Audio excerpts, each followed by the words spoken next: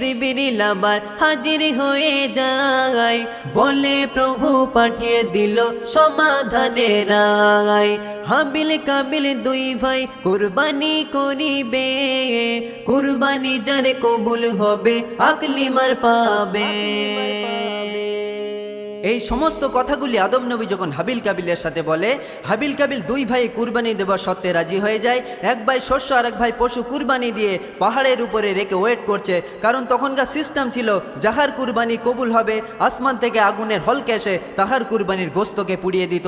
এমন সময় দেখা গেল আসমান থেকে আগুনের হলকে এসে হাবিলের রাখা গোস্তকে পুড়িয়ে দিয়ে আল্লাহ হাবিলের কুরবানিকে কবুল করে নিল।